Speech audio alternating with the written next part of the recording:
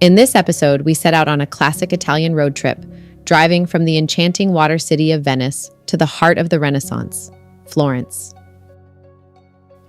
After spending the past few days exploring Venice, the magical city built on water, it's time to continue our journey. The drive covers around 260 kilometers, taking us south through beautiful Italian landscapes before reaching the rolling hills of Tuscany. Join us as we make our way toward Florence and experience another unforgettable chapter of our Italy adventure.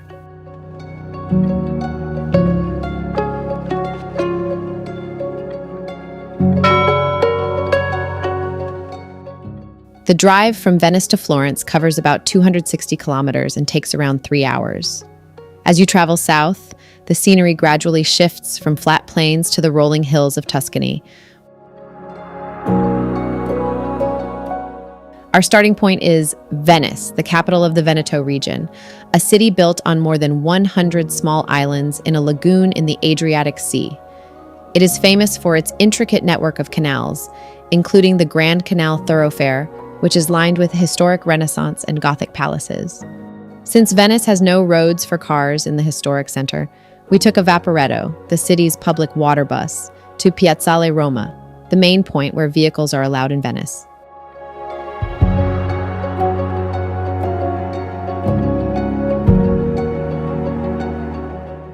If you haven't watched our Venice video yet, you can find the link in the description below.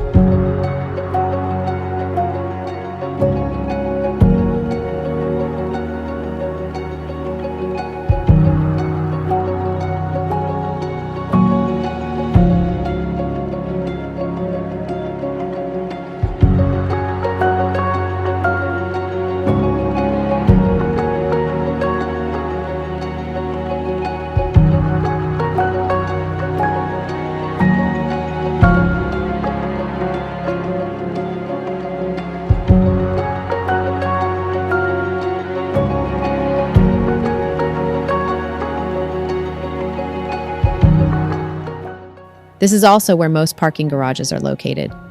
From there, we walk to the parking area to pick up our car and begin our road trip from Venice to Florence.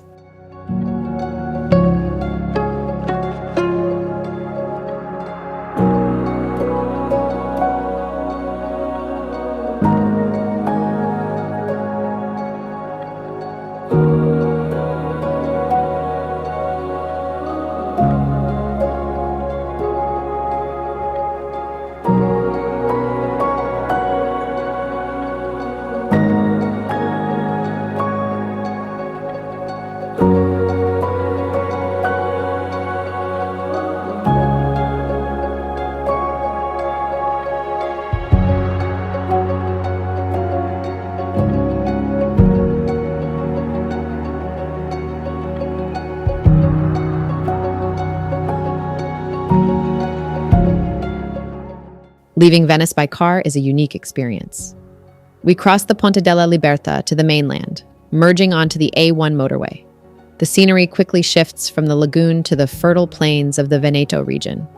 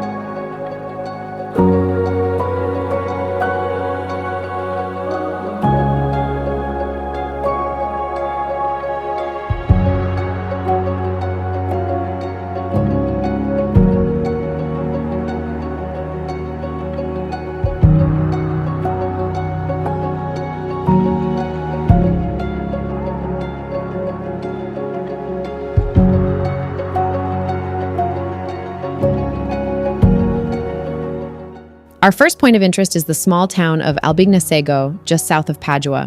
While not a major tourist destination, it represents the typical charm of the Veneto countryside. Padua is one of the oldest and most historic cities in northern Italy. It is home to the prestigious University of Padua, where Galileo Galilei once taught, as well as the famous Scrovegni Chapel, renowned for Giotto's remarkable frescoes. The city is also known for Prato della Valle, one of the largest squares in Europe.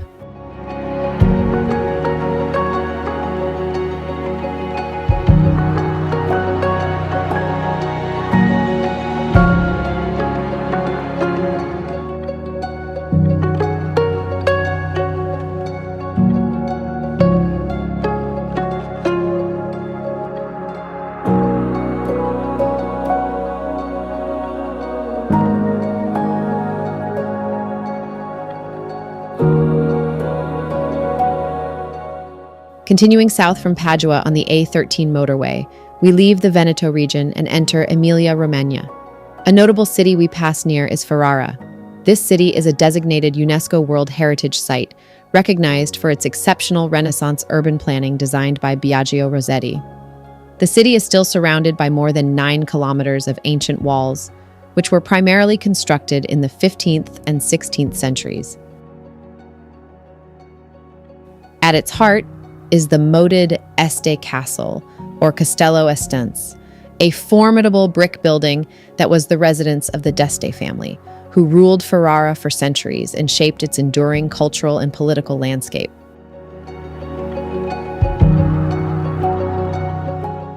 Further south lies the capital of the Emilia-Romagna region, Bologna. A major cultural and economic hub, Bologna is famous for several things, earning it the nicknames La Dotta, La Grassa, e La Rossa, the learned, the fat, and the red. The learned refers to the University of Bologna, founded in 1088, which is the oldest university in continuous operation in the world. The fat celebrates its rich culinary tradition, being the origin of dishes like tagliatelle al ragu, widely known as Bolognese sauce. The red points to the red terracotta roofs that dominate the city's skyline and its historical political leanings. The city is also distinguished by its extensive porticos or covered walkways, and the two towers, Asinelli and Garisenda, which are iconic symbols of Bologna.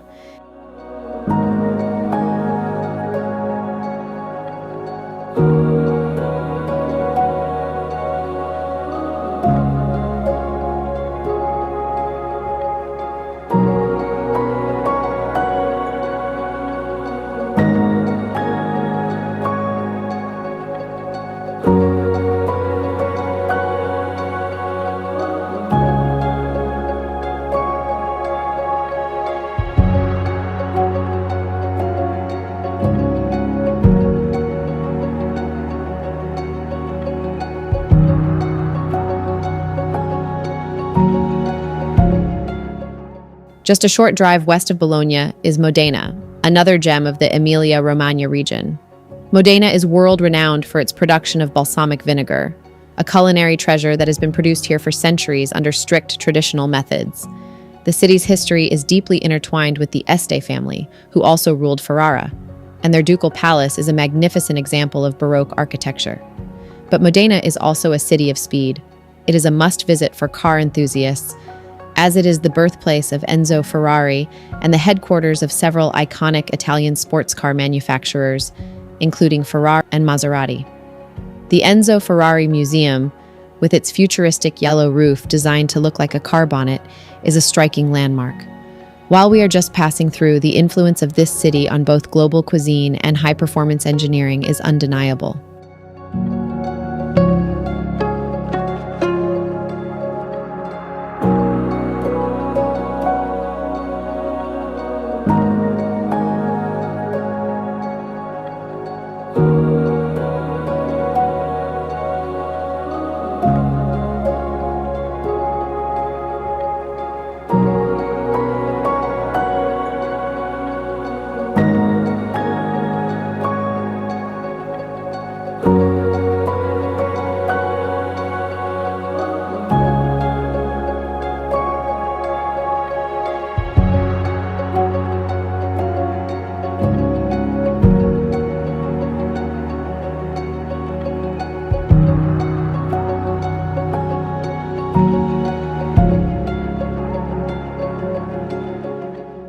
Just south of Bologna, the landscape undergoes a dramatic transformation. We leave the flat, expansive plains of the Po Valley and begin our ascent into the Apennine Mountains. This section of the drive is along the A1 Autostrada del Sole, a major artery of Italy's road network. The road becomes winding, featuring a series of tunnels and viaducts that cut through the rugged terrain, separating Emilia-Romagna from Tuscany. The views from this part of the drive are spectacular, showcasing dense forests, deep valleys, and a more mountainous topography. This range forms the geographical backbone of the Italian peninsula.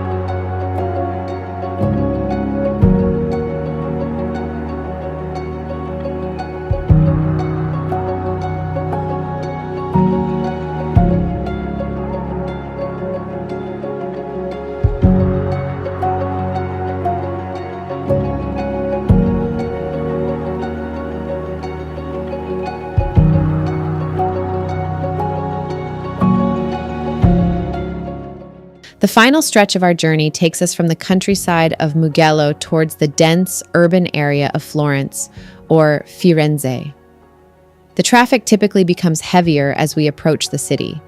We follow the A1 motorway until we reach one of the main exits for the city, such as Firenze Nord or Firenze Sud.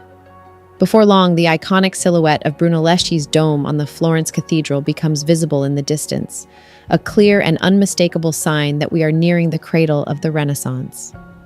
The motorway runs parallel to the Arno River for a stretch, the very same river that flows through the heart of the city and under the famous Ponte Vecchio.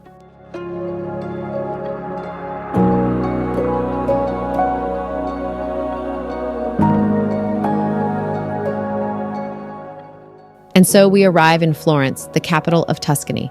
This city is a global center for art, culture, and history. Its impact on the world is immeasurable, having been the birthplace of the Italian Renaissance. The historic center of Florence is a UNESCO World Heritage Site, densely packed with artistic and architectural masterpieces.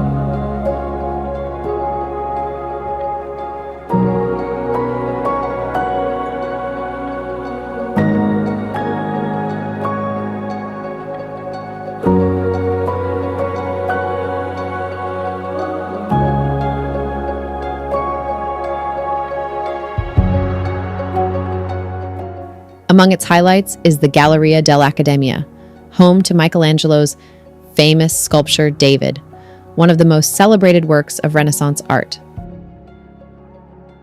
The city is also known for iconic landmarks such as the Florence Cathedral, Santa Maria del Fiore, with Brunelleschi's magnificent dome, the Uffizi Gallery, the historic Ponte Vecchio, and the Palazzo Vecchio, all of which reflect Florence's extraordinary artistic legacy. The Oltrarno district, literally across the Arno, is the city's artisan quarter. For centuries, this has been the hub for skilled craftsmen. Here, you can find centuries-old workshops where artisans still practice traditional crafts like leatherworking, shoemaking, and paper marbling, using techniques passed down through generations. The countryside surrounding Florence is the heart of Tuscany, one of Italy's most famous wine-producing areas. Just a short drive from the city, rolling hills covered with vineyards and olive groves lead you into renowned regions like Chianti, where some of the world's best Sangiovese wines are produced. The landscape is dotted with medieval villages, stone farmhouses, and centuries-old wineries offering tastings of Chianti Classico, Brunello, and other Tuscan wines.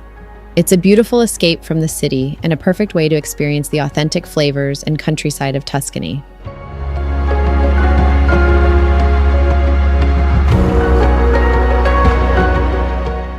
As we arrive in beautiful Florence, our journey through Italy continues. In the coming episodes, we'll be exploring the historic streets of Florence, discovering its incredible Renaissance landmarks, and venturing into the rolling countryside of Tuscany. We'll also experience the famous Tuscan wine regions and enjoy some wonderful wine tastings along the way. So stay tuned as our Italian adventure continues in Florence and Tuscany. Thank you for watching. If you enjoyed this video, please like, comment, and share it with others. And don't forget to subscribe for more travel stories along the way.